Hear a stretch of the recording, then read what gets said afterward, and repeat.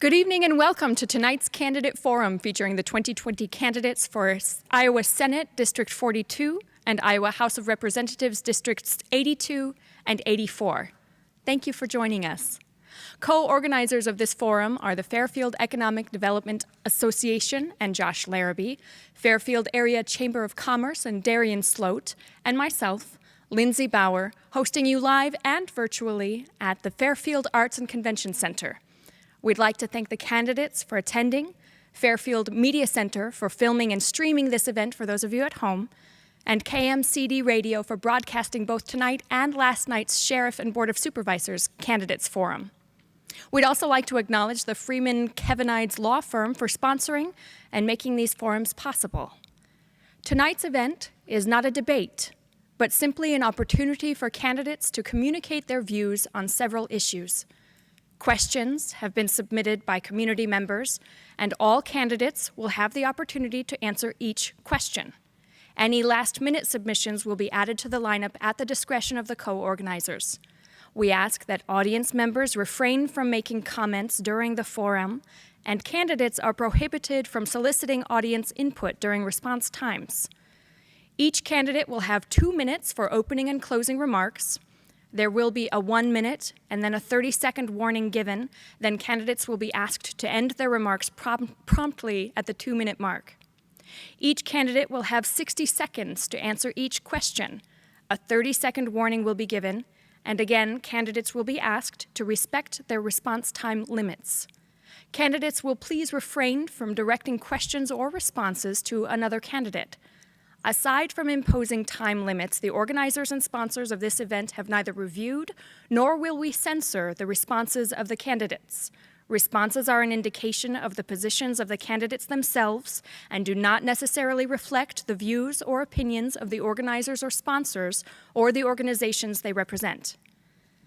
The order for opening and closing statements has been determined by draw, and the order for opening statements will begin with Representative Jeff Shipley, followed by Senator Rich Taylor, Representative Joe Mitchell, then Mr. Jeff Fager, Mr. Jeff Reichman, and lastly, Mr. Phil Miller. Thank you once more, all of you, for participating in tonight's forum. Representative Shipley, you may begin your remarks. Well, thank you, Lindsay. Good evening, everyone. Thank you, everyone, for participating in tonight's event. I'm Jeff Shipley, your state representative. I'm running for office to share the peace and love that I have for Iowa. Our legislative work has been built on genuine human connection, looking people in the eye, sharing a smile face to face. It's built on collaboration, working with constituents on the issues that are most important to our community and that will determine the future of our world. Make no mistake, we have serious challenges that we'll have to deal with, and it would be easy if we just had political problems, but we don't. It's a lot more serious than that, and what we're seeing in our nation and our state is a spiritual crisis.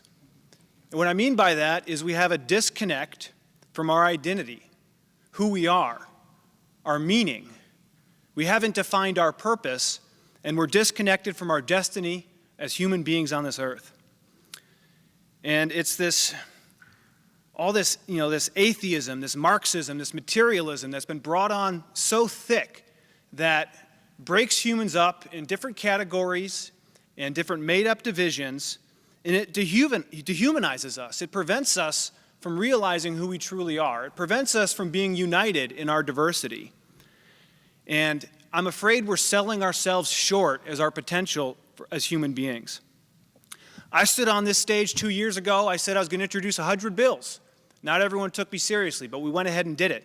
Some of those bills have garnered worldwide attention, and that's the way it should be, because our community is a world leader on the cutting edge of these issues. Together, we will tackle every issue, every controversial problem facing our society. Together, we will do it, and we will allow the freedom that allows our collective souls to soar. It's an honor to serve as your state representative. Thank you.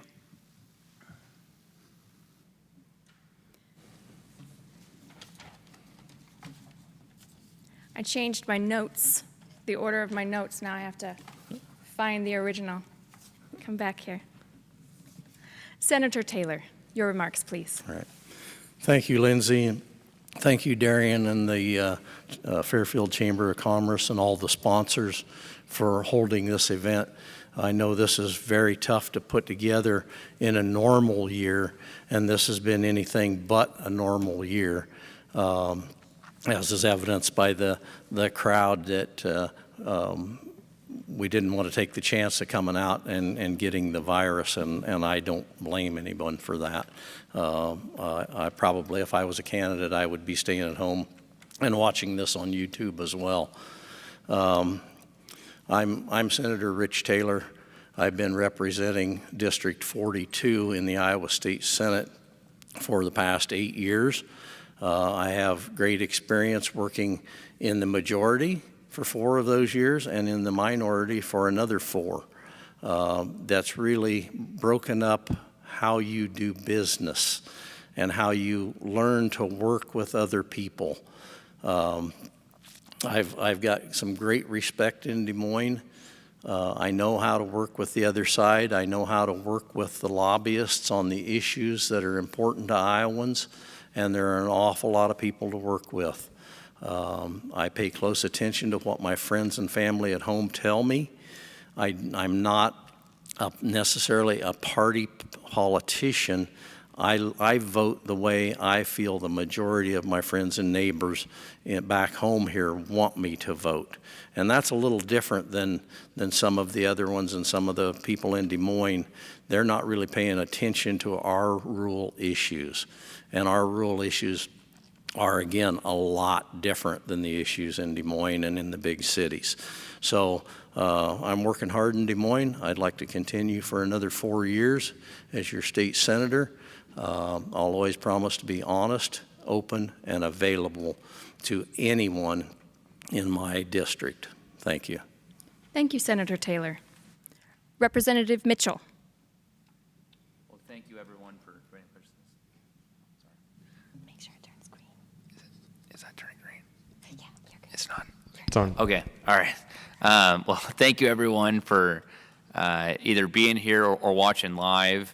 I know all of us candidates here appreciate you guys listening in and being, active citizens in our legislative process. So, and thank you to the Fairfield Chamber and to Lindsay and Darian for putting this on. Like Senator Taylor said, it's got to be a difficult year to hold things like this, and we appreciate your guys' efforts to be able to help us get our message out to the voters. So.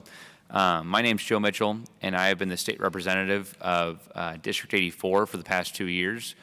So for Jefferson County, that covers the eastern half of Jefferson County, and I've been beyond humbled and honored to be able to represent this district for the past 2 years, getting elected at the age of 21. I'm 23 now, and honored that this district would allow me at my age to be able to represent you guys. And so 2 years ago when I ran on 3 things: fiscal responsibility, adequate funding to our public schools, and small business friendly policies.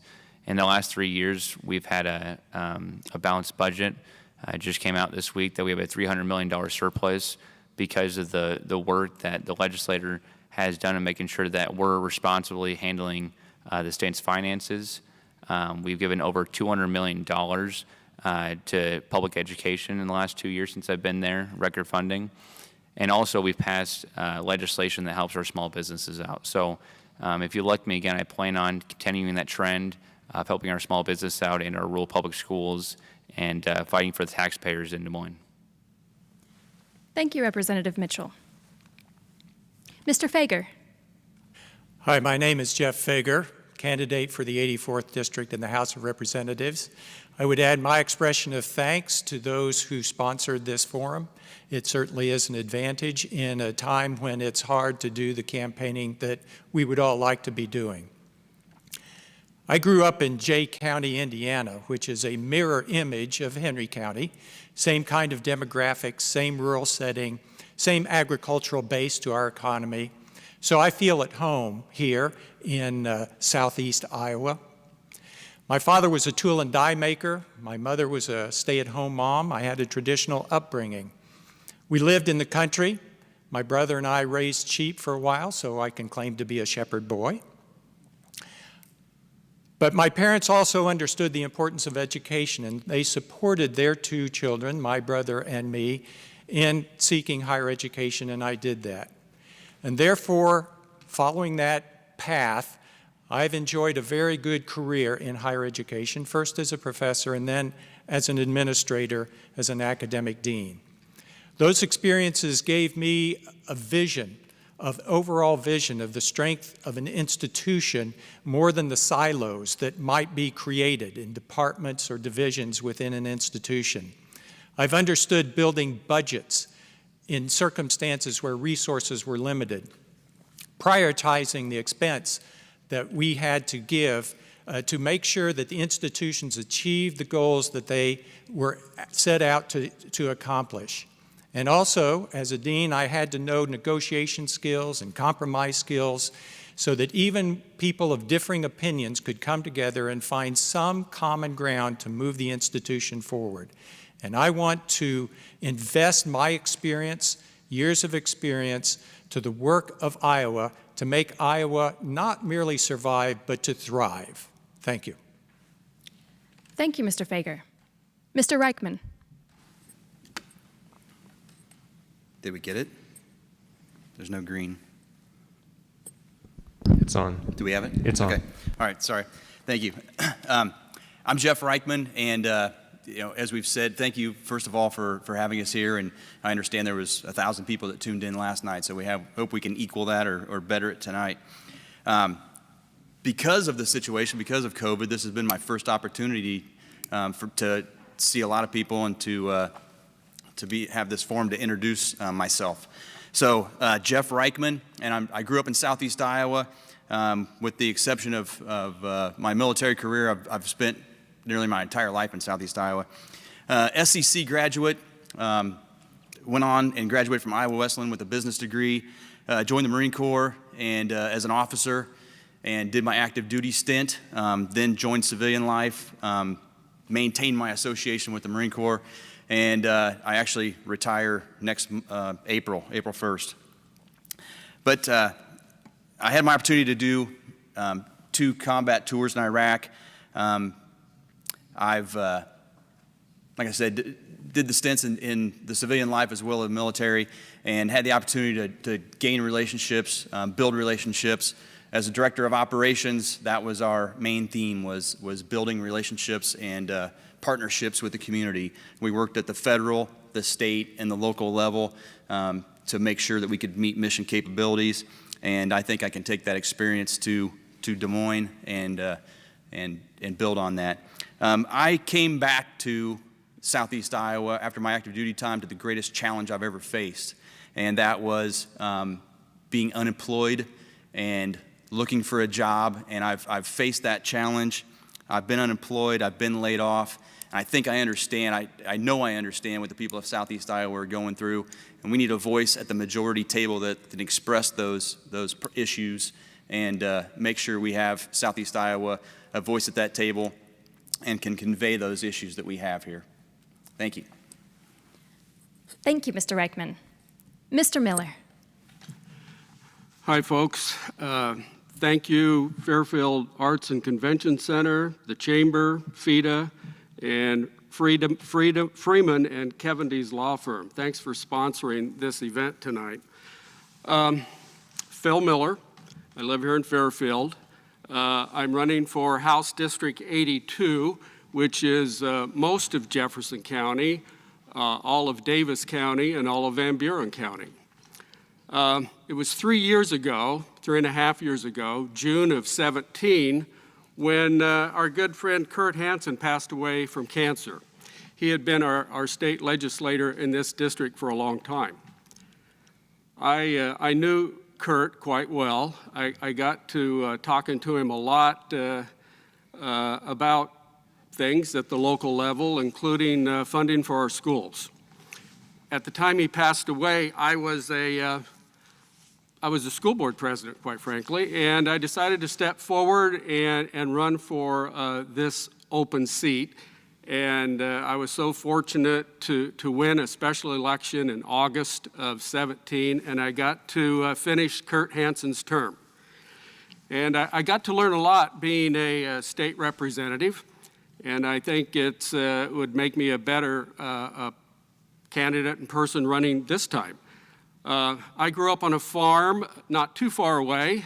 I spent my early days attending community or public schools. I attended a public Regent University. I've been practicing veterinary medicine here in Fairfield for the last 45 years. I'm running because I really, really care about Iowa, Southeast Iowa, and public education. I feel that public education made me the person that I am, and that's why I have such a big passion in supporting our public schools. Thank you. Thank you, Mr. Miller. Thank you, gentlemen. It is a pleasure to have you here with us tonight. First question. Mr. Reichman. And all of you should listen because I'm going to ask each of you in turn. Mr. Reichman first. Above and beyond COVID-19 relief, describe and defend your funding priorities for the next budget season. Well, the largest part of our budget for Iowa goes to education. And we definitely need to maintain that, and not only that, but the allocation of it. And right now, the schools are funding a curriculum that is really geared towards about 60% of the children. So we need to make sure that all the children are included. We have statistics that show 60% of the kids go to school, to college, on to college. Only about 25% of them graduate. So I'd like to see that funding allocated for different programs to make sure that 75% of the kids are not left behind.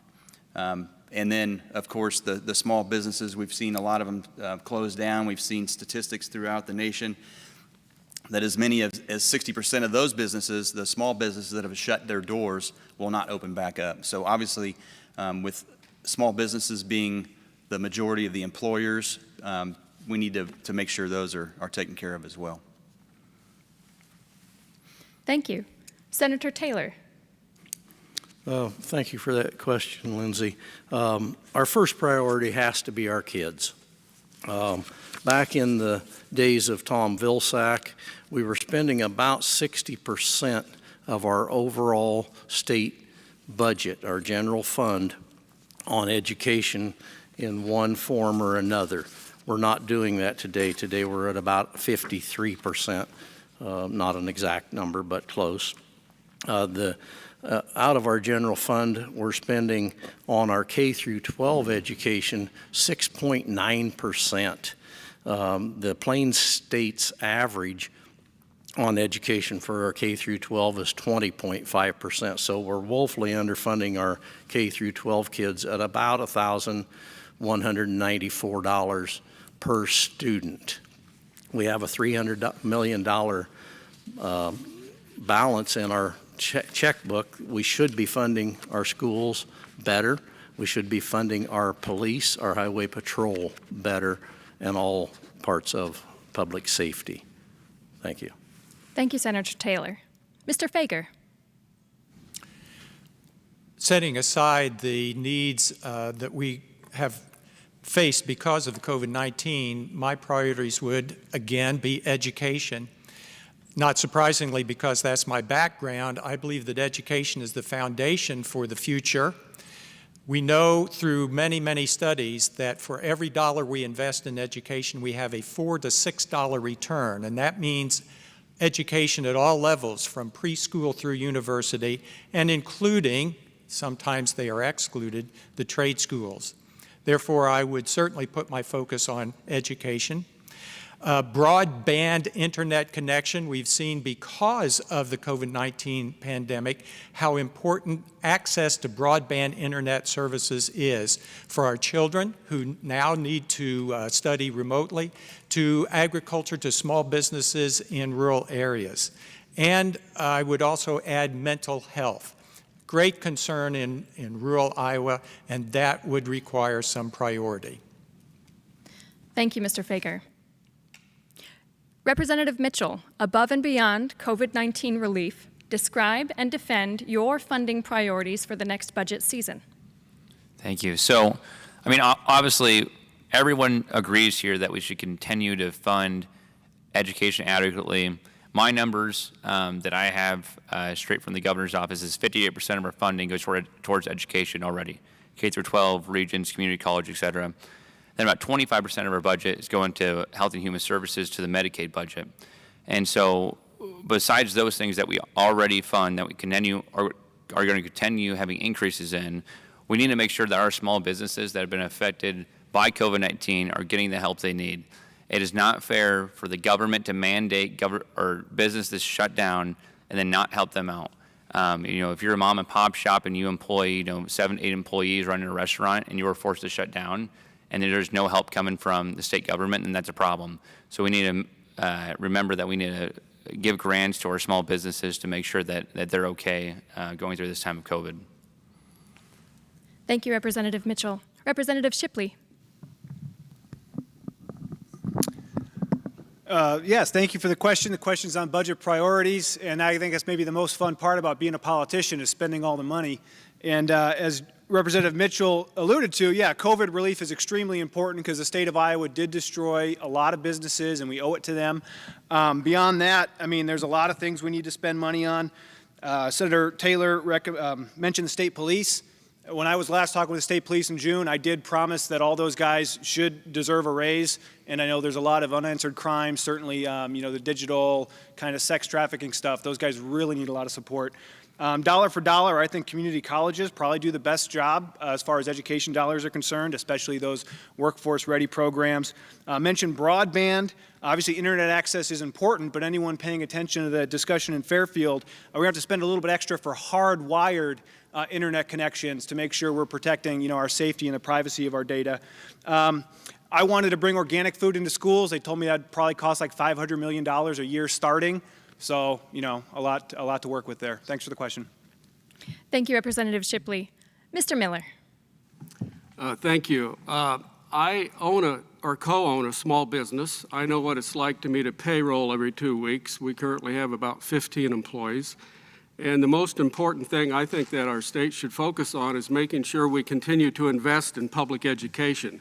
What small businesses need for their human resources is to have a steady stream of well-educated, articulate young folks or folks of any age to fill in and become good, productive citizens. So I think education is the #1 priority. That's what we want to take care of first. And then we need to look at all the other things, too, that we want state government to do, working together, both sides, bipartisan, to make sure that we have good health care, good law enforcement, good roads to drive on. That's basically what we want our state government to take care of. Thank you, Mr. Miller. Thank you, gentlemen. Representative Mitchell. And all of you, I'm glad you brought up education, so you're primed and ready for this question. Representative Mitchell, education has been mightily tested during this pandemic.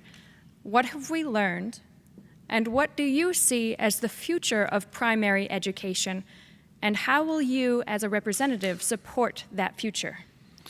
Sure. Obviously, this has been a tough time to decide, what we do with school-age children, right? Are they going to learn online? Or are they going to have to be in school?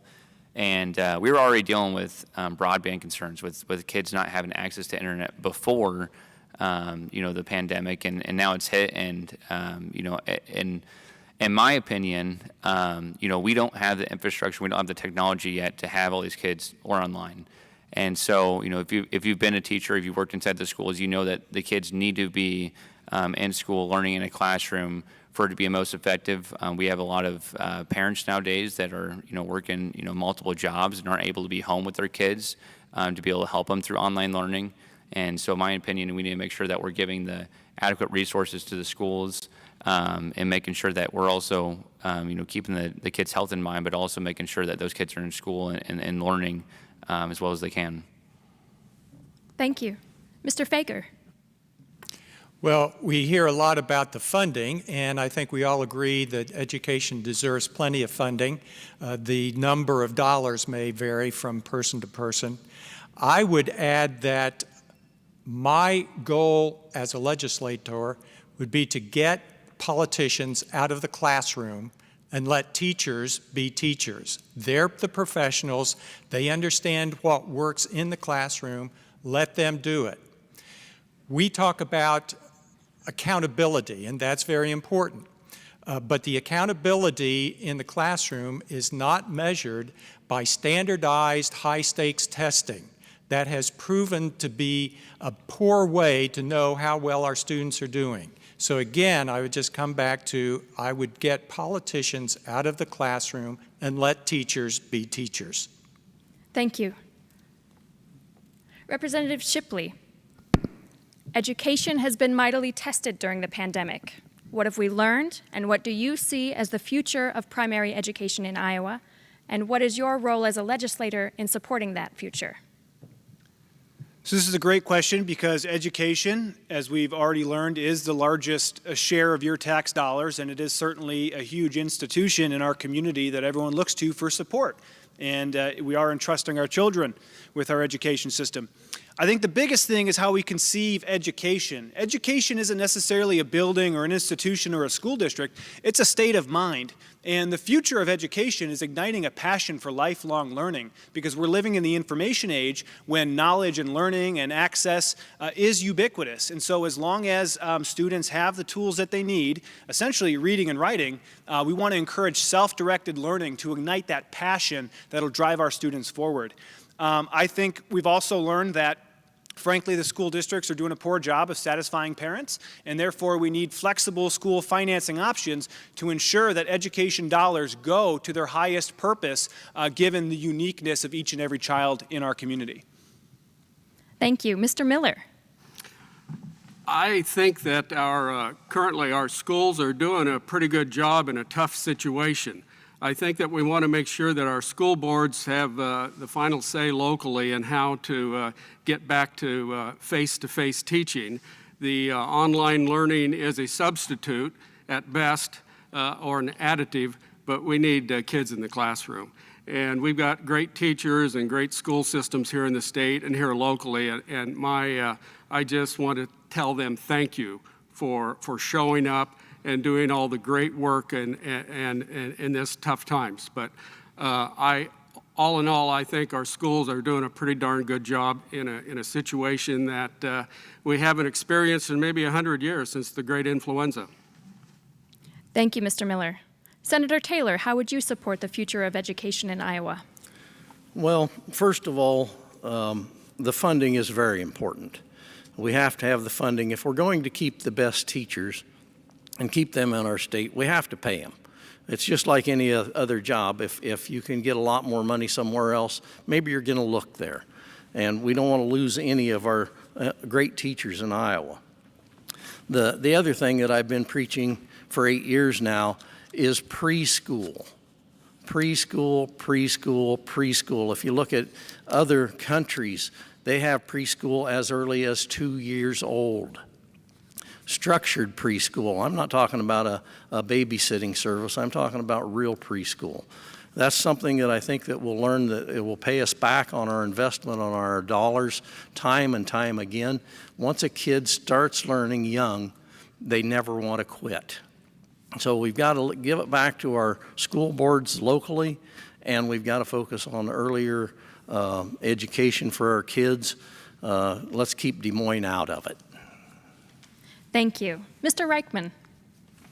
Well, I think the shortcomings, I think what we've seen is that we have the issues with the broadband.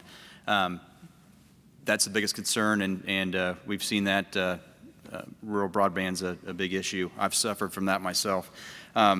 But I think the other thing is the online curriculum is an assistant. It is a help. It helps further them a bit, but it doesn't meet all the needs. I think people need contact. I know I do. We need to make sure they have that interaction, that the students have the interaction with the teachers, that the teachers know what's going on. The motivation.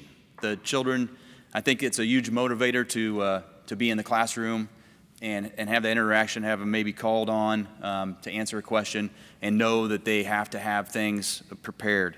The biggest thing for that and as a legislature is, as we've all said, to make sure it's properly funded, and also to make sure the curriculum supports all the children, not just the college bound. But we need to make sure they have the other assets, the other for technical programs and apprenticeship programs as well. Thank you. Thank you, candidates. Among the many events in 2020 that have shaped this year for the American people, our nation was deeply affected by the release of the video showing the arrest and subsequent death of George Floyd. Do you believe more legislation needs to be adopted at the state level to maintain safety and order for our law enforcement officers and citizens? And if so, what do you propose? Representative Shipley. Could you repeat the question? I surely will. Among the many events in 2020 that have shaped this year for the American people, our nation was deeply affected by the release of the video showing the arrest and subsequent death of George Floyd. Do you believe more legislation needs to be adopted at the state level to maintain safety and order for our law enforcement officers and citizens? And if so, what do you propose? Yes, so there have been a lot of traumatic events this last year. Certainly the death of George Floyd was a big part of that. I think the biggest thing we need to do is not rush to judgment and wait for all the facts to come out, because it's things that, this narrative does shift a little bit over time. It is true, I've been big on the criminal justice reform topic for many, many years. There certainly are injustices that happen in the system. There are innocent people that get put in very unfortunate situations, and we need to correct that. But I think the bigger problem is not necessarily these ideas of, institutionalized racism or, this cop versus black person type dichotomy. But frankly, there are some very poor laws on the books.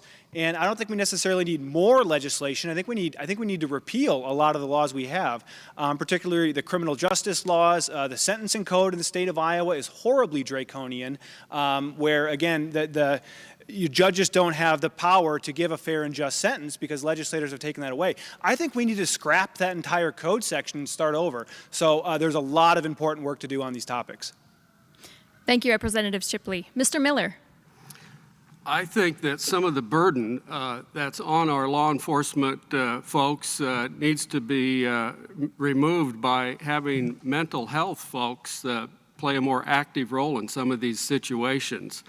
We're asking these officers to do things under pressure, and a lot of times maybe a mental health specialist, somebody that could bring the tension down and help prevent a tragedy from happening.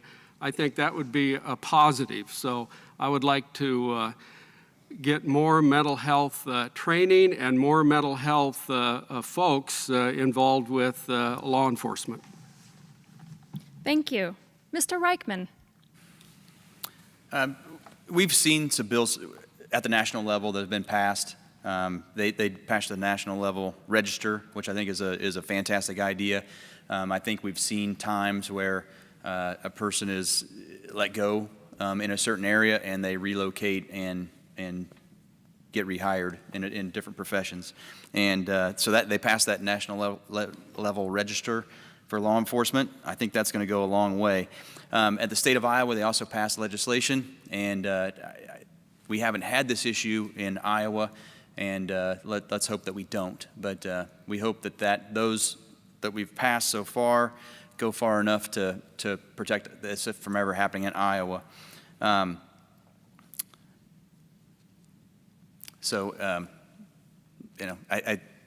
think we're doing a good job, and let's hope that issue doesn't happen here. Thank you. Thank you, Mr. Reichman. Senator Taylor. Do you believe that more legislation is needed at the state level, and what would you propose? Well, yes, I do believe more legislation is needed. We did pass what I call a shell bill at the very end of session for 2020 to help with police reform. The problem is we didn't put any money with it for training. We're expecting our police officers to be mental health experts. They're not trained for that. We're expecting them to be family counselors. They're not trained for that. But if we would give the Department of Public Safety just a little bit more funding, they could train these officers so that they can respond and that they can recognize a mental health problem properly and know to call for backup, call for someone that can handle the problem. Brute force is not always the answer. I believe all of our law enforcement officers in Iowa are good people. We're darn lucky for that. But there are a few bad apples, so we'll need to go ahead and do some more laws to work that out. Thank you, Senator Taylor. Mr. Fager. Yes, the issue of George Floyd's death, of course, is just a symptom of an overall problem that we've faced for 400 years. Yes, there are some issues that need to be addressed. I agree with Mr. Miller that we need to invest more in mental health, because too many people who face mental health issues end up caught in the criminal justice system and are warehoused in prisons and jails, and that's the bad place for them. Regarding police officers, yes, they need more training to recognize when they're running into these problems. And specifically, the legislature could support training in de-escalating tense situations. I've heard that officers get hours and hours and hours of training in weaponry and maybe an hour or two in training in de-escalating tense situations. So that would be a specific measure that the legislature could take. Thank you. Representative Mitchell. Thank you. Well, after the horrific murder of George Floyd, the legislature came together back in June, and we passed the Justice Reform Bill. So what that did, it did four things. It outlawed the use of most chokeholds. It gave jurisdiction to the Attorney General's office to investigate police shootings. It gave more training for de-escalation training to officers, and it gave more jurisdiction to police chiefs and sheriffs not to hire bad cops. And so that was a bill that was passed unanimously out of the House chamber and unanimously out of the Senate chamber. And it was a great moment in the Iowa legislature coming together and realizing this problem that we have and some common sense solutions to fix it. But at the end of the day, we need to refund our police, not defund them. And this rhetoric right now of defunding our police is complete opposite, because they need more funding for more training, so we don't have these situations happen ever again. Thank you, gentlemen. Candidates, as you know, the state of Iowa has certain mandates that each region in Iowa is meant to adhere to for mental health. However, many of our regions struggle to find the funding to adequately carry out those mandates. What is your assessment of the adequacy of mental health care in the state of Iowa? And what are your plans to ensure the mental health regions have the funding necessary to provide the complex services and infrastructure that the state mandates? Senator Taylor. Well, thank you, Lindsay. That's a great question.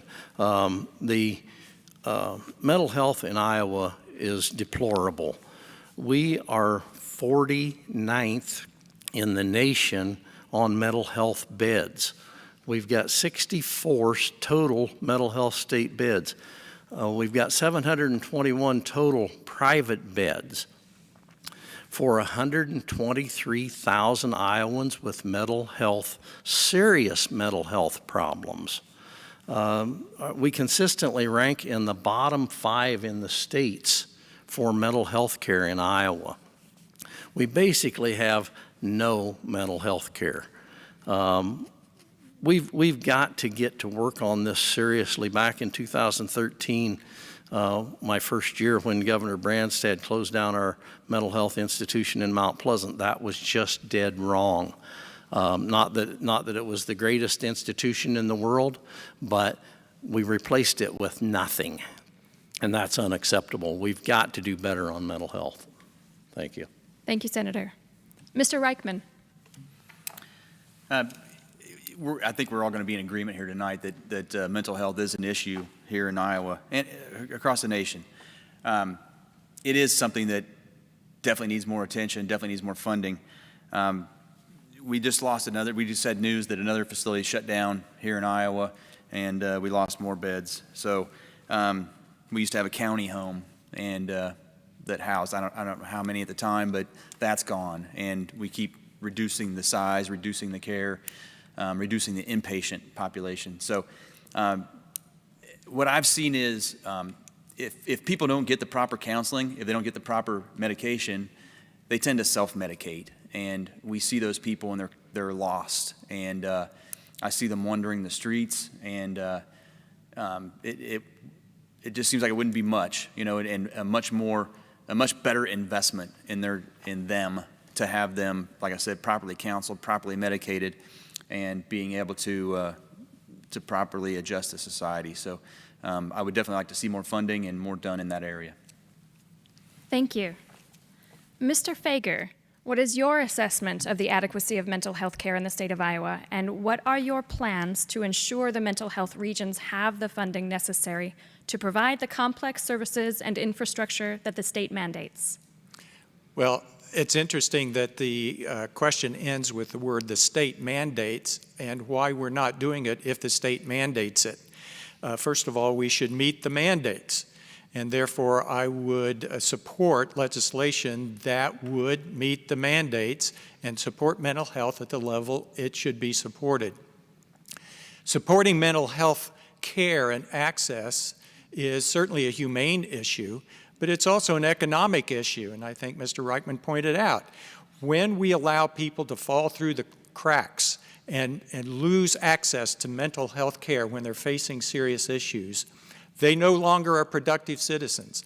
And as I said earlier, too often they end up caught in the criminal justice system where they're warehoused in jails and prisons, where law enforcement officers who are not trained counselors are trying to deal with issues that they're not trained to deal with.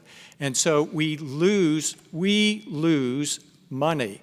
And so I would use the word investment. We need to invest in mental health care. Thank you. Mr. Miller. 3 years ago, there was a good bipartisan bill that passed almost unanimously, a mental health bill for the state of Iowa, and then the following year, a children's mental health bill. Those were really, really good bills. But as Mr. Taylor said, there was no money that went with it. And one of the great things in those bills was it wanted each school district to have a social worker. Social workers' expertise is in mental health. And by golly, out here in the rural areas, just as in the urban and in the cities, we have need for that. So we're told at the local level that we have to hire a social worker. And then at the same time, there's no new money coming to the school districts, maybe 0%, maybe 1%. And if you're in a rural school district with a flat to declining enrollment, right there, you're cutting folks. And then you're supposed to add, and you should add, a social worker. I think the audience can understand the problem there. Thank you. Representative Shipley. Well, thank you for this great question. Our mental health, our emotional health is under a lot of stress right now. A lot of people are feeling it. My understanding is there is room at the county level to increase the levy if need be, so it's kind of a kick the can between local and state on who's going to foot the bill for these services. But my biggest concern is making sure that the services are adequate and asking the bigger questions. So we see a huge spike in anxiety, a huge spike in depression among young people. What's causing that? What's causing young people to be more depressed? Is it a disconnection from their meaning and purpose in life? Might that have something to do with it? Why are we seeing so much suicides? Are the treatments that we have working? And if the treatments we have are working, why do we see the rate of this all going up? Are we going to have a serious conversation about social media addiction? There's just so many pieces to this puzzle, and we're barely scratching the surface on it. And talking just about money, I think, is just a disservice. Addiction was mentioned. Addiction is probably the biggest mental health crux that we're facing with. Drug use is very serious. Addiction is defined as an absence of connection, and so we need to fix that, and it shouldn't be criminalized. So that alone would help out a lot. Thank you, Representative Shipley. Representative Mitchell. Thank you. So Mr. Miller touched on two pieces of legislation in the last 2 and 3 years that we've passed, and the first one was a huge mental health reform bill, which established the regions. And that bill did have $8 million attached to it for appropriations. And the children's mental health bill we passed 2 years ago when I first came in had $2 million appropriated to it. Is that adequate funding? No, it's not.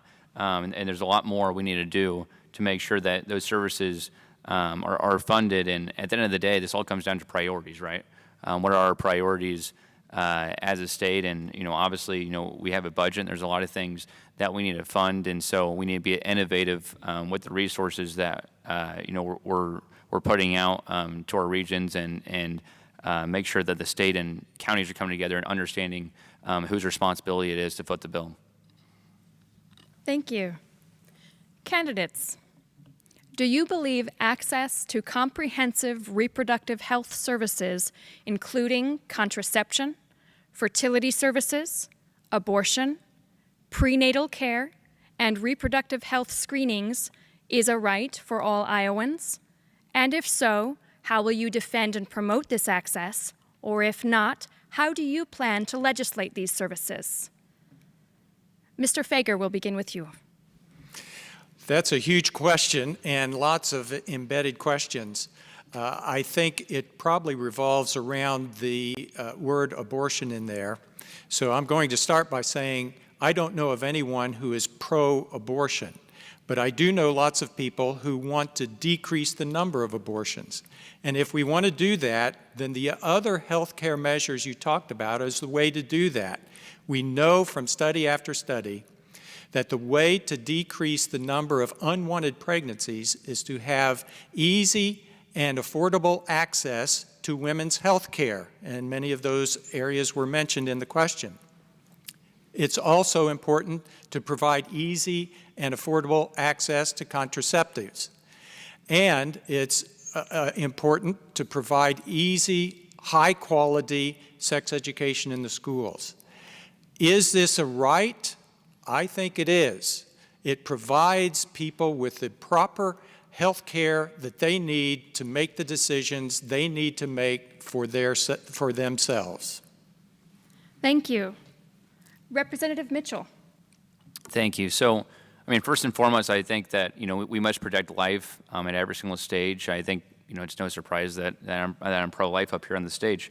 But what we need to do is also be proactive, and that means making sure that birth control is easily accessible to all women that need it, and that includes teenagers too.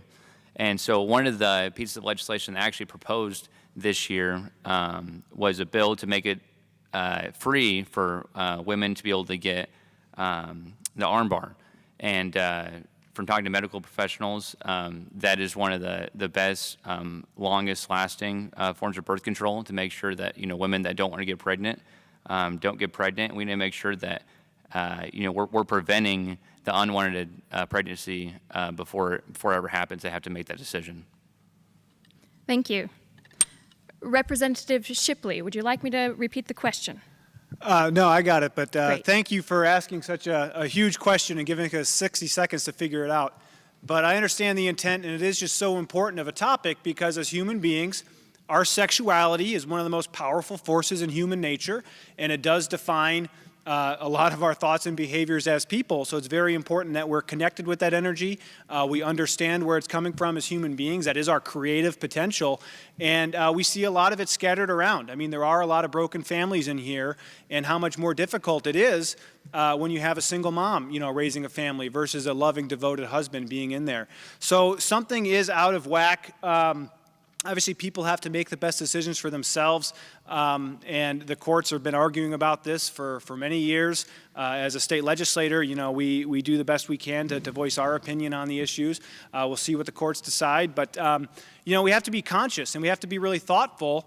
And let's just be honest, having an artificial hormone and preventing what your body does naturally, that's not necessarily healthy. So I wouldn't encourage it, but everyone has to make up their best decision for themselves. Thank you. Mr. Miller. Let's see, there are 6 men up here answering this question. In 1972, the Supreme Court decided 7-2 that privacy extends to a woman's reproductive health.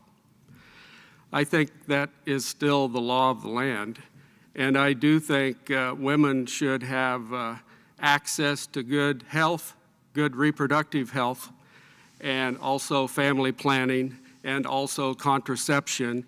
And if we take care of those things, the abortion question becomes not as prevalent. So I think we need to make sure women are at the table here when we discuss these things, and they have a good say in how things are legislated. Thank you. Thank you. Mr. Reichman. Yeah, I think we've all, excellent point. Yeah, we have all these men up here answering that question. Obviously something wrong. But yes, women's health, obviously a great, very important issue. And a right, it's definitely a responsibility. We definitely have the responsibility and as legislatures to make sure, yes, to education, yes, to availability, that we have the contraceptions that we need, that we have the education that we need, and that we protect life too. That's definitely important and one of the highest priorities. But as we said, I think the education and the availability helps to correct a great deal of this issue. And thank you. Thank you. Senator Taylor. Thank you, Lindsay. Well, I've long said that women need to have the availability to good health care, and that's at all levels. That's starting out with family planning, birth control, whatever they might need. And the government should make that available to them. But the final decision is the woman's decision. It is her health. It is her mental health. She has to go through a lot to make a decision. And if her final decision is an abortion, that is her decision. And she should have safe access to that service if she needs it, if she feels she needs it. It's not for a politician to dictate to any human being what their health care choices should be. Thank you, candidates. Candidates, do you support legislation like the Religious Freedom Restoration Act, which would allow Iowans to exempt themselves from laws according to their religious beliefs? Mr. Miller, we'll start with you. Could you repeat that? I certainly will. Do you support legislation like the Religious Freedom Restoration Act, which would allow Iowans to exempt themselves from laws according to their religious beliefs? This is a copy of our Constitution. It's not very big. And one of the first amendments in there has to do with the government shall not establish a religion, and everyone is free to practice their religion. That's what I believe, and that's what I would be sworn to defend. I think that what makes our country as great as it is our diversity, and we allow folks to worship in any way they wish. But the government doesn't establish or say this religion is favored over another. I hope that helps answer the question. Thank you, Mr. Miller. Representative Shipley. So yeah, the question of the Religious Freedom Restoration Act, this is something initially introduced at the federal level from Bill Clinton and Ted Kennedy in the mid-90s. And boy, our country has gone a long way since then.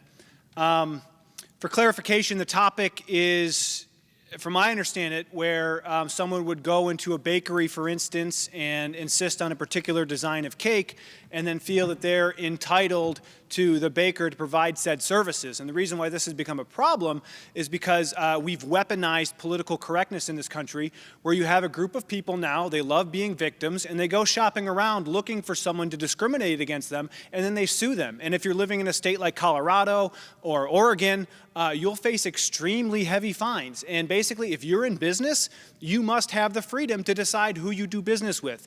And it's an extremely controversial issue. issue. There's a lot of cans of worms that can be opened up on this concept, but the basis that we need to enshrine in our commerce is free, voluntary exchange and allowing each proprietor to exercise that religion and choose their clientele. That's a freedom they should have.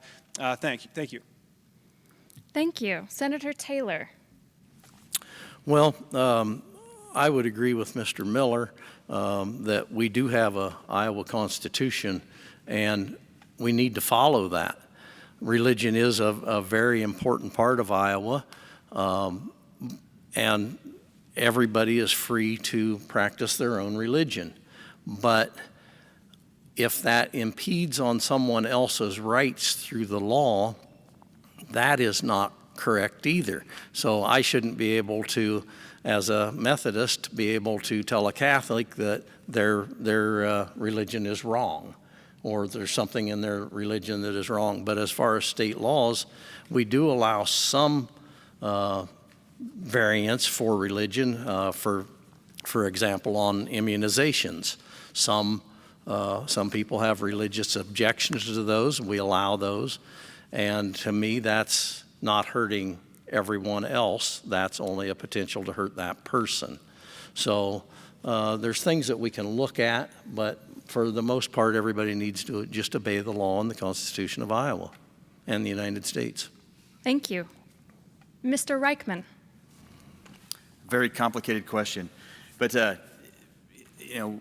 we do have laws, and we have the Constitution, obviously, that's there to guard our rights. I think it's a very slippery slope, and if we start, I think several years ago, a few decades ago, colleges started inventing curriculums, or you could select your major and kind of design it around what you wanted to, what courses you wanted to take. And if we start doing that with religion, to pick and choose which laws we want to follow and not follow, a very slippery slope that allows us to willy-nilly pick what we choose to follow and what we don't follow. Most laws in this land are designed to not only protect your rights, but protect the rights of others. And when you start infringing on others' rights, it becomes a great problem. So you need to be very careful with this, and it could go very far sideways and get off track. So I agree with it to some extent, but we have rules and laws, and we have them for reasons. Thank you. Thank you. Representative Mitchell.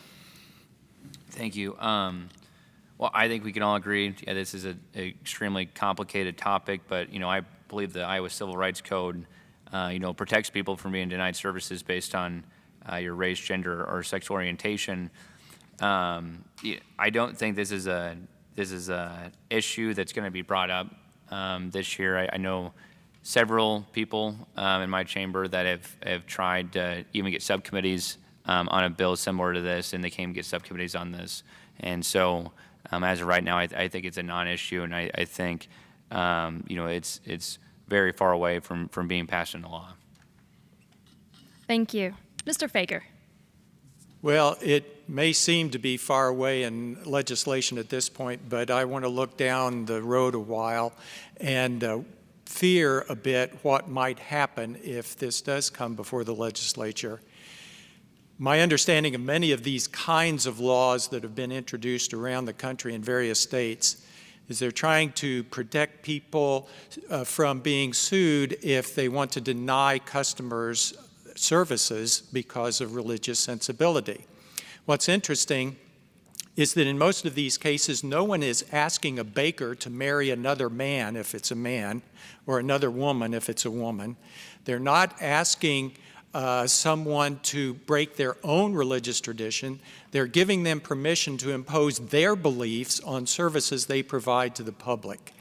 And I think that's a dangerous precedent to make, because pretty soon, as Mr. Taylor, Senator Taylor said, we'll have Methodists discriminating against Catholics, Muslims discriminating against Christians, Christians discriminating against atheists, and on and on. That's not a slippery slope we want to go down. Thank you, candidates. Candidates, Iowa ranks 45th in the nation in per capita funding for the arts and culture. Given the wealth of research available showing that the arts, culture, and entertainment industry is a major economic driver at both the local and state levels, would you be an advocate for raising public funding for the arts and culture in Iowa to a level more competitive with our neighboring states? What role do you see the arts and culture play in the economic vitality of our state? Senator Taylor. Yeah, arts and culture is very important to our state. We've got a very rich history in Iowa.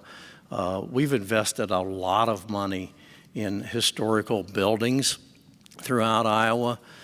In Mount Pleasant, I can think of 2 large buildings that were just recently renovated using a lot of state funds. I believe one of them got $2.5 million to help them along. I believe we're doing an awful good job with our budget that we have with our arts and our history in Iowa. If we wish to raise the level of investment on arts, then we're going to have to agree to raise the level of funding that we have available. And that's very unpopular. That's saying that you want to raise our taxes. And I'm no different than anyone else. I don't want to pay any more taxes than I need to. But I do want services, and arts are one of those services, but we have to fund them accordingly to what we have. Thank you. Mr. Reichman. Well, I'm shocked to hear that. I'm kind of surprised and not pleasantly surprised that we're 45th in per capita on spending in arts. I had somebody call me recently and asked about funding historical sites. We live in an area that has a lot of them and a lot of historical significance. And time happens and things break down and buildings dilapidate and fall. And if we don't keep them up, they go away. And same with the cultural events and arts. It's a big draw, and people want to locate in an area that has those. And we have you have a fantastic center here, and this is my first time here, and I'm in awe of it. It's a great facility, and every area needs a place like this to ensure that they can draw the businesses in that they want and need to make a area thrive. So it's unfortunate, but it is priorities, and it comes down to priorities and the tax dollars and how they're allocated. So I would like to see us do better. Thank you. Representative Mitchell. Yeah, so I work very closely with Chris Kramer, who's the director of the Arts and Culture Department and their board. And it's a great thing. And last year, every year they have a big gala for the Arts and Culture Department, and I was the only legislator who showed up. It was outside of session, and so I had to make the drive up there, but it's something I value greatly. But just like all these programs that we're getting asked, we want to fund more. We want to fund all this stuff, but we only have so much in our budget. We have to make priorities for that. And so when we're at the negotiation table, obviously that's something I'm going to fight for in the economic development budget. But it comes down to, what's our state revenue next year, what our budget looks like, and where our priorities are. Thank you. Mr. Fager. Yes, for 2 years when I was in Kentucky, I was chairman of the Kentucky Humanities Council and spent some time in Washington, D.C. lobbying for the humanities, along with our colleagues in the arts. And so I understand the economic impact that they have on a community. And we dealt with issues like heads on beds and how much people would spend in the restaurants. So this is an economic issue, an investment in our local economies. Now, when Sally, my wife, and I moved to Mount Pleasant, one of the things that struck me so profoundly was the interest in the arts locally. So there's a huge interest here. I've been to this facility a number of times. I know how much Iowans love the arts. So I think there's plenty of opportunity for partnerships between some investment from state coffers and local people who are so interested in the arts to really make it blossom even further, and we can get that feeling that we're falling behind us. Thank you. Mr. Miller. During the Great Recession of 2008, 2009, somewhere along in there, our state decided to give research and development tax credits to great big corporations as a stimulus, and I think that was probably okay. Those were refundable. That means even if a large corporation's not paying any taxes at all, if they qualify for this investment tax credit, we actually write out a check from our tax dollars and give it to that large corporation. They're refundable. There was no sunset on them. Those tax credits are still ongoing, and there was no cap. That means $10,000, $100,000. Right now, $500 million is what it's costing the state of Iowa for these large corporate research development tax credits. I think those need to be looked at, and that will free up a lot of money for other things, including the humanities. Thank you. Thank you. Representative Shipley. Well, thank you for this fun and uplifting question. I think the arts and culture are foundational to civilization, going back to ancient Greece, and is something I've had a lot of fun taking part in myself, and one of the big attractions of Fairfield and what makes us such a great community in southeast Iowa. So the arts and culture are vital. From what I've seen from the state of Iowa, and I have a little bit of experience on the Economic Development Budgeting Subcommittee, but you know, I think it's better to come from private sources, that people do want to be benefactors. When you see, you know, more of that patronage type system, it gets just better quality art. A lot of the publicly funded art, I think, you know, kind of just lacks creativity and isn't high quality stuff. The historical preservation is certainly important, something we could even do a lot improving in our own community with our own historical markers, whether it's from the Underground Railroad or the first Iowa State Fair. A lot of huge potential on that. And I know the State Historical Society, they'll tell you the work is best when they're partnered with a community, with people in the private sector who are really putting in the love and attention. That's what you're going to see the best result. Thank you, candidates. And we touched on this a little bit in our Religious Freedom Restorations Act question, but regardless of religion, Iowa does not, this topic is being debated in the Iowa legislature as we speak, protections for human sexuality and discrimination. Should businesses be allowed to deny services to individuals based on their sexuality or gender expression? Mr. Fager, we'll begin with you. No. That is just another form of discrimination based on a person's identity. We recognize that that's not morally acceptable when you're talking about a person's race, a person's gender, a person's origin, country of origin, language they speak. This is just one other discrimination that cannot be allowed by the law. So very simply, no. Thank you. Representative Mitchell. Yeah, I'm going to revert back to pretty much what I said earlier. In the Iowa Civil Rights Code, it protects folks based on race, gender, sexual orientation, and so on. And again, I don't think the Iowa legislator has any appetite to pass legislation that would deny someone based on their sexual orientation or whatever else from being denied services. Thank you. Representative Shipley. So this is an excellent question, and I guess the problem we're trying to solve as legislators is making sure that one person's rights and one person's freedom doesn't infringe on the rights or freedom of another person. So these identity discussions are raging across the world. Certainly in our own state, we've had young women stage lockouts out of high schools for not wanting to shower in a particular circumstance. It's extremely controversial. As far as the law is concerned, we need very specific definitions on what these words mean.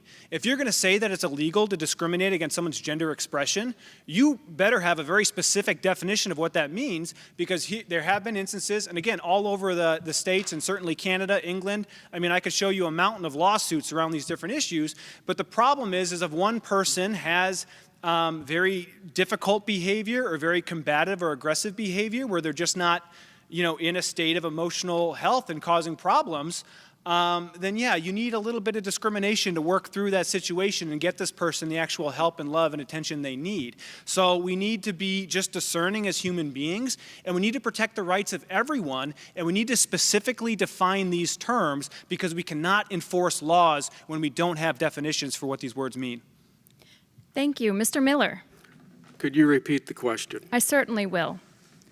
Outside of religious freedoms, since we already debated that topic, should businesses be allowed to deny services to individuals based on their sexuality or gender expression? Absolutely not.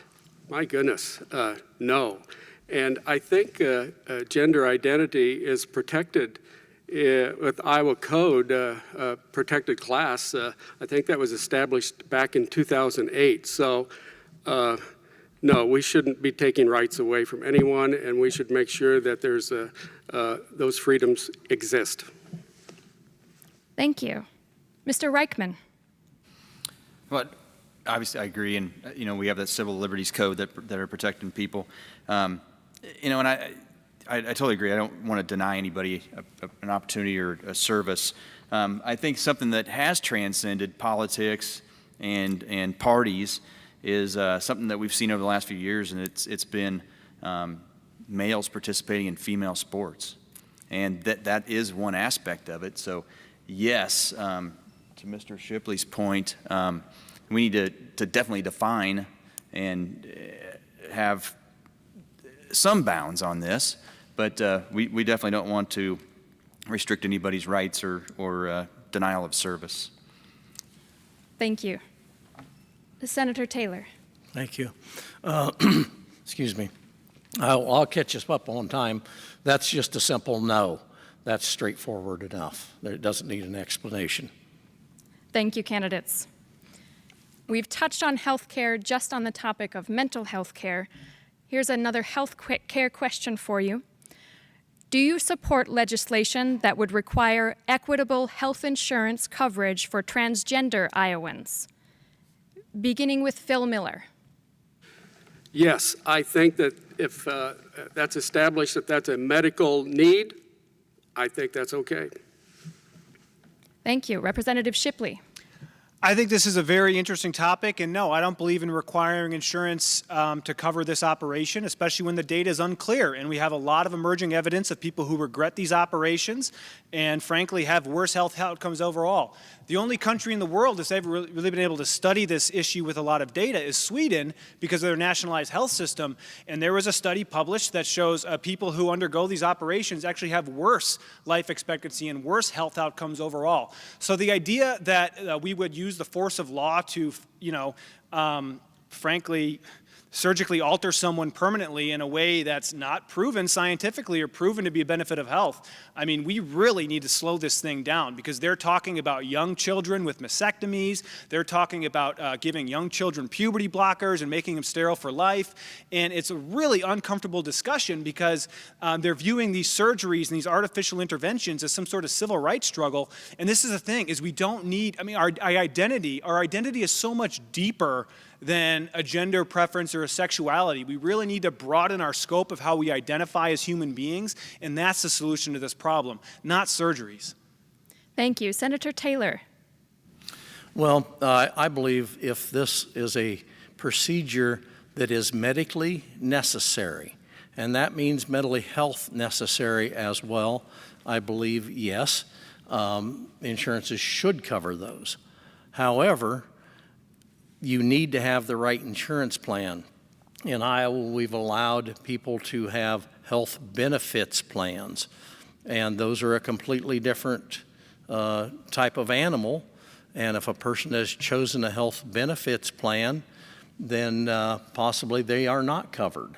So it would depend on the plan you've got as well. You have to research for yourself what your insurance or health benefits plan is and make sure it covers what you need it to cover. Thank you. Mr. Reichman. Yeah, complicated question. And, to force, I really believe in a smaller government, and we've talked about a lot of policies here that it would force government to be larger. I believe in a smaller government and not having government so involved in our lives. I think the amount of code has grown exponentially over the last few decades, and there, quite frankly, needs to be less of it. And they have a rule in Washington right now that for every code they come up with, they have to, every regulation, they have to get rid of 2. And I like that rule, and I hope we can do it here in Iowa as well. But to force an insurance company to pay for that, you know, it's another area that I think the government needs to stay out of. Forcing people to do things is not a good service to be into. And I think probably the state needs to stay out of it. And there's probably, if they want that procedures done, there's probably going to be an insurance company that does fund it, and they need to shop around for that plan. Thank you.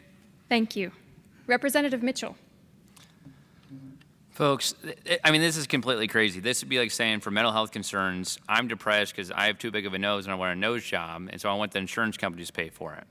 So if you want to pay for this procedure, that's completely fine. That's legal. You can pay for it out of your own pocket. We estimate it's going to cost $50 million price tag for the next 10 years if the state was to foot this bill for people to get this procedure. I mean, I don't want my taxpayer dollars to go towards that. There's a lot of other things that could go towards besides these procedures for folks. If they want to do it, they can do it themselves.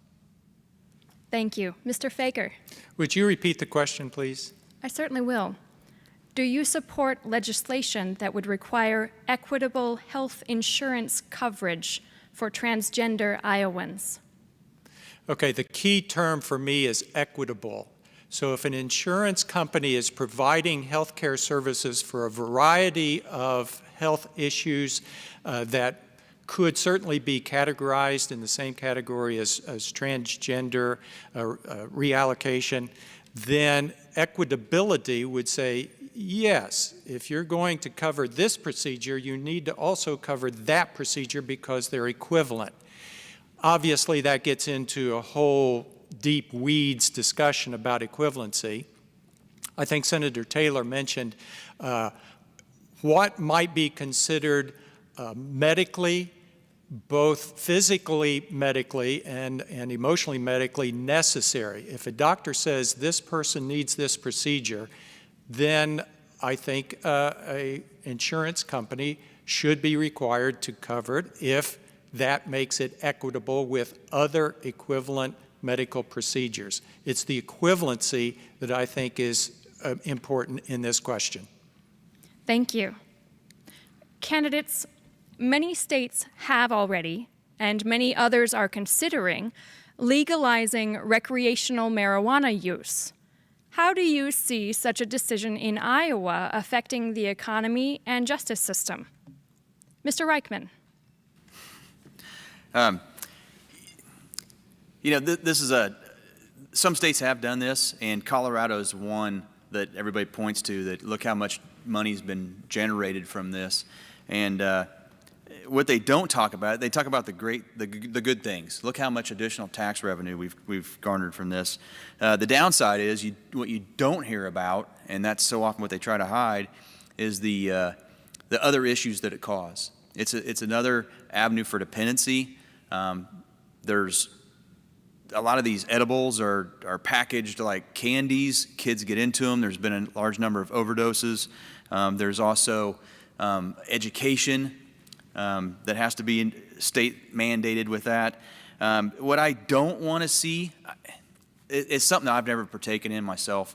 I know a number of people that have, and that's fine. Like I say, I like a lot less involvement of the government in everybody's life. If somebody wants to do that recreationally, I don't care. But what I don't want to see is us get into another tax and spend avenue for the state. So bring in a lot of taxes and spend it all on other services and Thank you, other Mr. Reichman. Thank you. Senator Taylor. Well, thank you. This has been one of my biggest concerns in Iowa since long before I came into the legislature. This entire hoax was thrown upon the American people back in the 1950s by pharmaceutical companies that wanted to cut a fat rat and make a lot of money off of their drugs. And their drugs are terrible for you. The marijuana is not the demon that it was said to be.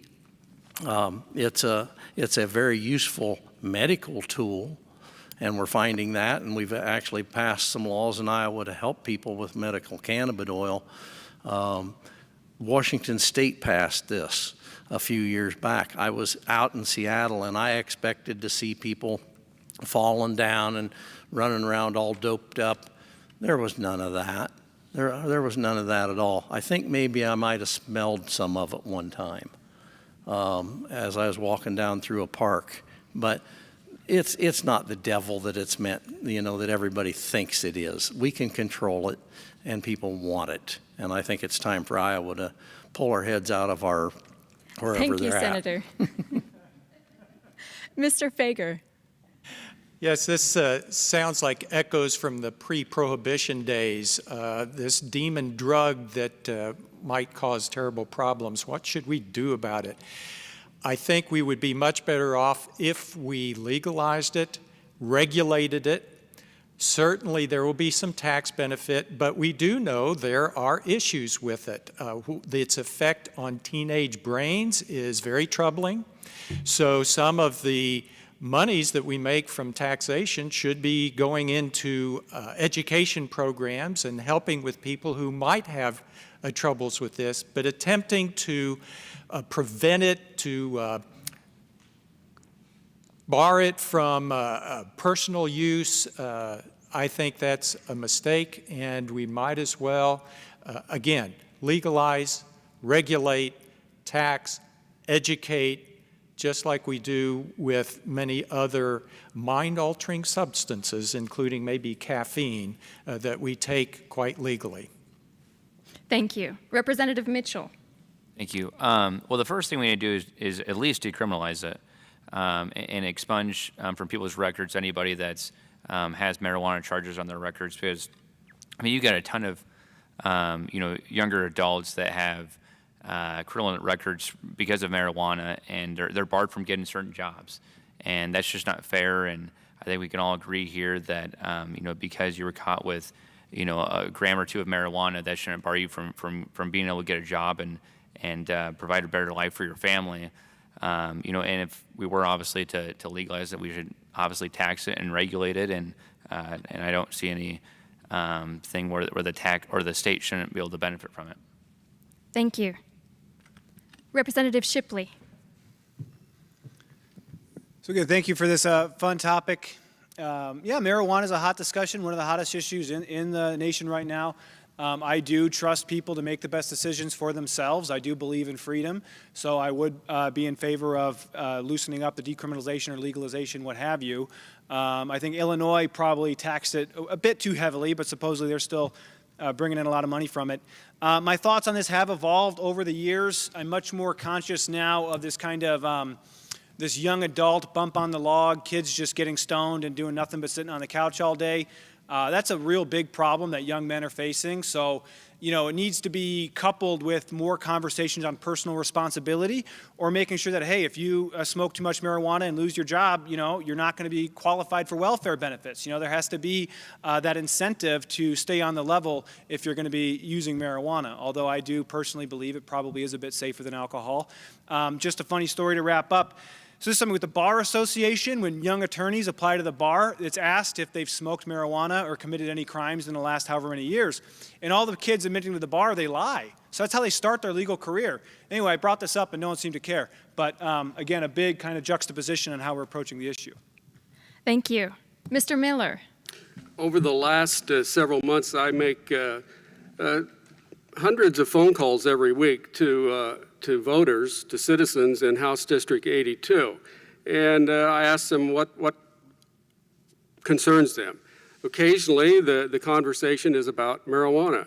And almost always it's about folks with chronic pain. And they would like to be able to use it as a medicine to help relieve chronic pain. I'm okay with that. I think that the science should be investigated more, make sure that it works the way it should, and what are the side effects, and how long does it change the way you're actually perceiving the current reality around you. As far as legalizing it for recreation, no.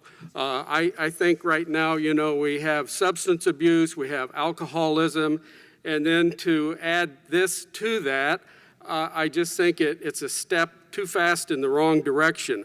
I want to know if someone smokes marijuana, how long are they impaired? Should they be able to drive a car? Should they be able to go to work and work some type of dangerous machinery? Thank you, That's candidates. Candidates, we've reached the last question of our evening together. Obviously, there are so many more conversations we could have. We encourage all voters to reach out to their representatives and their candidates to ask the conversations that we didn't. This one is a bit long, and Representative Mitchell, I'll be starting with you, so listen closely.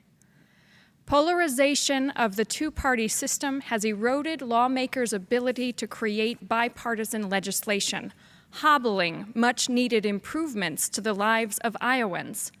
As a legislator, you would have a responsibility to listen to and represent the values of all the constituents in your district. How do you plan to accomplish this, even and especially when you may disagree with constituents? Representative Mitchell. Thank you, and this might take longer than 60 seconds, but I don't know. So, you know, this has been one of my main things since I've been, you know, up in the legislature. I think I have, you know, fairly good friendships across the aisle, and I think anybody up there would tell you that. And so, the first month that I came into the legislature, my good friend now, Zach Walls, who's from Iowa City, who's a state senator up there, he's a Democrat. He came to me and asked me if I would like to start the Iowa Future Caucus, which would be a bipartisan caucus across the aisle, across chambers, to be able to work on issues that are going to affect the next generation of Iowans. I said, absolutely. So me and him co-chair that caucus together, and we have 4 other members in that caucus from across political lines, across the chamber, and we've worked on pieces of legislation such as renewable energy. We worked on pieces of legislation regarding economic development and entertainment zones to bring more young people back to our rural communities. And so I think I've showed, my actions up there have showed that I'm one of the most bipartisan legislators up there. Thank you. Mr. Fager. Well, anyone who knows anything about higher education knows that members of a faculty are just as political as any state legislators. So having spent 15 years on a faculty advocating for my department, and then 10 years as an academic dean trying to negotiate find compromises among faculty departments and across the institution with the student life area and so forth. I've done that in my career for 30 years, and so I know how that works. I understand how you need to put an institution's interests above any particular area, division, department, etc. So I've had experience in doing that. It sounds like Joe and I could sit down and have a nice conversation, and I'd learn from him and he'd learn from us, and we would find compromises. Unfortunately, it's not going to be possible for us to be in the legislature together, so we'll just have to choose between us. But that's what I've done for my entire career. Thank you. Mr. Miller. I'm not a politician, number one. And I think I've worked with everyone throughout my whole life to solve problems and get things done on a daily basis. I may not agree with folks I'm trying to help, but we come to a consensus and we get things done. I know when I was on the school board, I used to write across the top of the agenda at every meeting, listen, talk less, and be humble. And I think if we all follow that somewhat, we get more done. And I don't look at myself going to Des Moines as a Democrat, as a Republican, more of an independent. I want to just work with everybody to accomplish good things. Thank you. Excuse me, Representative Shipley. Thank you. Hey, this is a very important question because we all want the same things, and we all have so much more in common than our differences. And it starts with genuine human connection, with sharing that space face to face, by getting acquainted, by breaking bread, by praying together. That's a great way. Collective expressions of spirituality. That's a great way to foster harmony in a community. But no, I've taken a lot of bipartisan votes that I'm proud of. I have a great working relationship with several colleagues on the other aisle, some of them on very controversial issues. And yeah, we have to work with everyone. My door is always open. I've always appreciated taking meetings and hearing from the other side, because we are all so much stronger working together. And diversity, equity, inclusion, tolerance, that's all two-way streets. So we really need to sit down with one another and just, have this honest dialogue, get everything off our chest. And certainly listening and the humility and everything that Dr. Miller mentioned also applies as well. So it is my hope we can accomplish that through this campaign, not just for our community, but the whole state of Iowa. Thank you. Senator Taylor. Well, thank you for that question. As I said at the beginning, I started my career as a state senator in the majority. I was the chair of local government, and it didn't matter to me who brought me a bill. I didn't care if it was a Democrat or a Republican. I looked at the bill, I'd read the bill, I'd reach out sometimes to some of my people back home that I knew were experts on the bills or on the subject matter, and ask them what their opinions were. And if it was a good bill, if it turned out it was a good bill, we moved it. We tried to get it to the floor. If it was a bad bill, I didn't care if it was a Democrat that gave it to me, it was a bad bill. My next 4 years, I've been in the minority, and I've learned how to work from the other side of that issue. I've worked with a lot of my Republican friends. I was the only person to get an amendment, a Democratic amendment, added to a bill this year, 2020, in the Iowa Senate and get it passed. So I work with people, and people work with me. I have good rapport. Thank you. Mr. Reichman. Share one of my things from my past is the Marine Corps, and we built such great bonds. We had people from all over the nation that came together, and working through different problems, working through different. We had an exercise that it was impossible to solve by yourself. You had to have the teamwork of others, and working together only could you solve that problem. And that helped us build these bonds, and we called it bonds through shared hardship. So it would be great if we could do something like that at the state level and build those bonds. We don't show up and have an R or a D plastered on our forehead when we show up in Des Moines. And we should make sure that we work together. And I think there's probably very few issues that need to be party line. I think to take care of our constituents, we definitely need to be working together and helping each other out. So, thank you, candidates. And thank you for participating this evening. At this time, the candidates will be given 2 minutes to prepare their closing remarks. They will be given a 30-second warning, and then we will begin. The order for closing remarks was determined by a drawing. We will begin with Representative Shipley, followed by Mr. Fager, followed by Senator Taylor, followed by Dr. Miller, followed by Mr. Reichman. Your 2 minutes begins. Well, thank you all again for participating. No. You get to be quiet and write them. Oh. You get to think about it. Or practice, whatever. He's ready. He's prepared. There we go. We have a prepared legislator right here in our midst. Thank you all for joining us this evening, and thank you again to all the candidates for participating. On behalf of the co-organizers, Fairfield Area Chamber of Commerce, Fairfield Economic Development Association, and Fairfield Arts and Convention Center, we wish to thank Fairfield Media Center and KMCD Radio for making this forum publicly available to the residents of Jefferson County, and Freeman Kevinides Law Firm for making the candidate forums possible.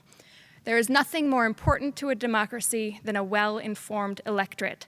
We are we've adjusted our format for this evening on purpose to allow you to view the Vice President's debate this evening as well.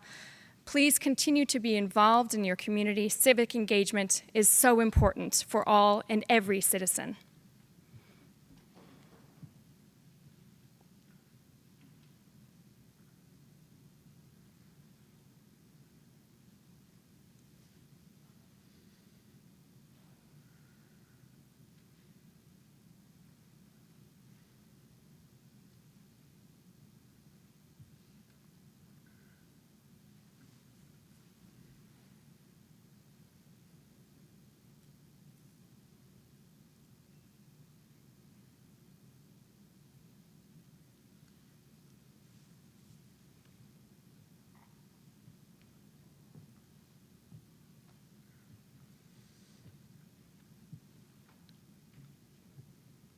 Thank you, Nikki. Representative Shipley, are you ready yet? Well, yeah, so thank you all again for the opportunity and these great questions. Each of these questions, there's so much more depth to explore on these issues. They are complicated, complex topics. But, and we didn't cover some of my favorite topics, school choice, education finance, vaccine safety, COVID, all that stuff. So much more to flesh out that the people really need to deserve a discussion on, because there's so much at stake with these issues. And people deserve a leader that will tell them the truth. And there's a lot of hard truth that we have to grapple with. And I trust the people. I trust Iowans. I trust them with freedom. I trust them with their personal health decisions. I trust them to govern themselves. And I can't do a better job than they can. That's the beauty of our society and our civilization, is self-government and freedom. And I believe in that. And I'm thankful for the opportunity to make a difference as state representative. I feel like I have done a lot.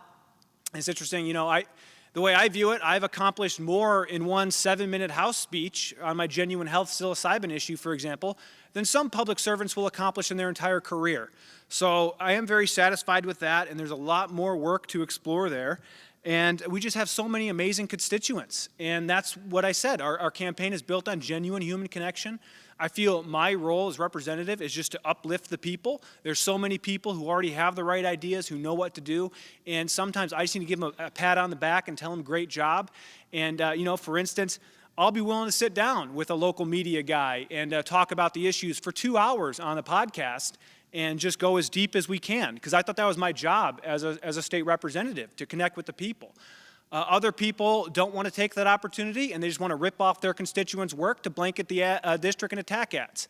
So there are a lot of distinctions in conduct and in philosophy in how we approach these issues, but it has been such a wonderful opportunity. I think there is a very clear choice and a lot of really important conversations. So the people deserve a leader who will tell them the truth. I'm Jeff Shipley. It's an honor to serve as your state representative. When my wife Sally and I moved here, we had a number of options upon retirement, but we quickly fell in love with Southeast Iowa. And we chose this to be our home, put our roots down here, and invest our time and energy into making this an even better place. I spent my career working with young people in college situations. So we had a complementary dual goal in that process. Short term, we needed to make sure that those young people were ready to become productive citizens the day after graduation. Long term, we had to think about the future, because these 20-somethings going out into the world would face 30, 40, 50-year careers. And we need to think ahead to the future, what kind of world they would be facing and how could we prepare them to face that length of time. As an administrator, the same kind of short-term, long-term thinking. I had to produce budgets for the next year. I oversaw multi-million-dollar budgets that had to be balanced for the next year. That required strategic thinking. How are we going to allocate the resources we have? And I always worked at small colleges, limited resources, and so we had to be careful about how we spent the money that our students gave in tuition, our donors gave in their donations. That was my career. And so I had to think about those things all the time. Now I'm retired. I have some time. Happily, I'm in good health, have lots of energy. And so I decided that given the fortunate life I led, it's time for me to pay back, to contribute to the public good and invest the experience that I've gained over these years back to the public good for the sake of our chosen home. My name is Jeff Fager, and I welcome your vote. Thank you. Senator Taylor. Well, thank you, Lindsay, again for doing this and the chamber doing this for us. I really appreciate this forum. As I said, I've been your state senator for 8 years. I've got a decision-making process that, first of all, I read every bill. Even the 300 pagers, I read them. I study the issue, and then I reach out to my friends and neighbors back home, ask them what they think. I mean, I've already got an opinion, but my opinion's not always right. My opinion's not always the one that what my people back home want me to do. I am persuadable that way. I think that's one of my highest qualities. When I talk to people about issues, I tell them the honest truth, the whole truth, and not just the parts I want them to hear. I think that's ridiculous that I see politicians just saying what they want you to hear. And, well, I told you the truth. I just left a little out. That's just not acceptable to me. That's not my style. I'd rather you be mad at me for my opinion than mad at me because I lied to you. I won't lie to you. I'll always be accessible. I'll always be honest. The basis of my job as your state senator is to represent you, not represent Rich Taylor. I think I do a very good job of that. I'm very proud to be your state senator. I want you to be proud of me as your state senator, and that's why my decision process is what it is. And I'm asking for your vote. Thank you. Thank you. Dr. Miller. Well, I'll finish the same way I started. I'm a product of public education, and my whole life has been about taking advantage of opportunity and working hard and trying to serve. My wife and I have a new granddaughter. She's 10 weeks old today. She was born in Iowa City 10 weeks ago, and we're so happy that our daughter and son-in-law moved back to the Fairfield area recently. All of our kids and all of our grandkids live here in Iowa. We love the state. I want to make sure that the future provides all the opportunity for those children right now and those so they can grow up and have all of the great opportunities that I had in my life. I feel like there's been a generational disinvestment somewhat when it comes to education over the past few years. So I want to make sure everybody knows that that's my priority. Along with that, we need to make sure that we have good health care that's accessible, especially in the rural areas. We need our critical access hospitals out here in the rural areas to have the funding they need, especially during this pandemic. One other thing we haven't touched on tonight is the environment. By golly, we need clean air and clean water to drink, and we need to address the warming of our climate and all this carbon that's accumulating in our atmosphere. And how do we get rid of it? We put it back in the ground with cover crops. So I'm excited to be here, and I'm going to work hard to finish strong. If I am elected, I just want everyone to know I'm accessible, you can reach out, I'm in the phone book, and I will be your voice in Des Moines. Thank you. Thank you. Mr. Reichman. Well, it was mentioned earlier by one of the other candidates that they're not a politician. And that's definitely not the route I chose, and definitely not something I at one point decided to do. I never wanted to be a politician. I started out my professional career as a Marine Corps officer, company commander a few different times, took Marines into combat, went to Iraq twice, led departments, director of operations. In the civilian side, I was department head and now lead a team in the manufacturing down in Keokuk. I've worked at many different levels and had a chance to develop partnerships with different people from all across the nation, even people from different nations in different capacities. So when I came back, I thought I would come back and have an opportunity to be very successful in Southeast Iowa. I came back to face, even after all those things I had experienced, I came back to the greatest challenge I ever experienced in my life. It was a life-changing event for me, and to transition back to Southeast Iowa. And I found out it was because of the lack of opportunities. In the last 30 years, out of my district, we've lost 1/3 of our population. And we need to turn that around. And I fear from this the evaluation that we're doing now, that we're going to lose more, and the borders are going to have to change again from this census. So it's really disheartening, and we need to change our economy, and we need to change our curriculum of our schools. As I mentioned earlier, right now our curriculum is to send about 60% of the kids away to college. Of that, about 25% of them ultimately graduate from school. So we've got 75% of the children, even though we have a no children left behind, that are being left behind. We need those children to have opportunities and to have reasons to stay in Southeast Iowa and feel like they can be successful. Thank you, Mr. Reichman. Thank you. Representative Mitchell. Thank you. Well, I'd like to sum up my final statement and my last 2 years in the legislature as your state representative as promises made, promises kept. You know, the three things that I ran on 2 years ago were fiscal responsibility, small business friendly policies, and rural school public education funding. What we've done with that is on the fiscal responsibility side, we have a balanced budget. Our reserve funds are full, and we have a $300 million surplus because of good management of our state's budget and of your taxpayer dollars. Small business friendly policies.